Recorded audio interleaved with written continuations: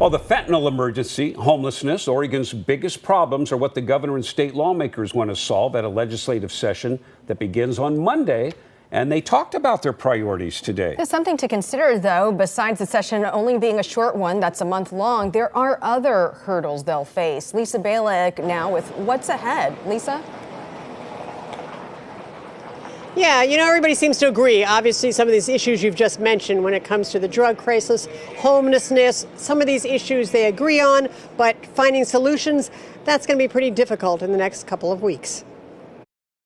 Making Oregon sort of healthier and safer. It's a good sign at the start of a legislative session. Democrats and Republican leaders side by side, focused on key issues, housing and homelessness, the fentanyl drug crisis. State lawmakers say they'll work on the critical shortage of housing supply and rent assistance. The governor wants, though, support for her bill. It would provide hundreds of millions to help with the housing crisis and allow cities to expand urban growth boundaries to make room for new housing as long as 30% of that housing is, quote, affordable. But getting support for changing land use is challenging.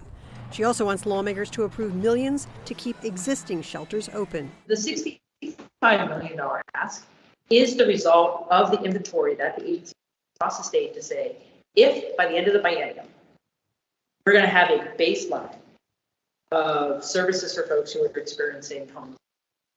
They're going to look like this, and this is what it costs to pay for it. State lawmakers agree more needs to be done to provide housing and take care of the homeless, but they have a lot of different opinions on how that should be done. The same is true with trying to solve the fentanyl epidemic. There are a lot of bills to make changes to Measure 110, such as putting back in place penalties for possession of small amounts of illegal drugs and to put in place a ban on open drug use. There are competing ideas, such as forcing people into drug treatment or providing money for more treatment facilities like clinics and staff to help drug users when they're ready to make a change.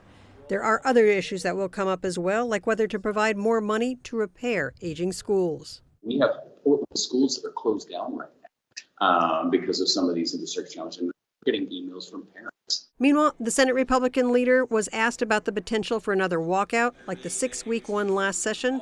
He said he doesn't like walkouts, but wants to make sure Republicans are heard and involved. Our members want to be heard, they want to be respected, and they want to be involved. Now, again, keep in mind this session is very short, only 35 days to tackle some of these huge issues. And already today, we were hearing the words 2025, meaning a lot of things will get pushed into 2025 at the long legislative session then, as opposed to getting done now. But they say they will definitely give it a try. Live in downtown Portland, Lisa Balick, KOIN 6 News.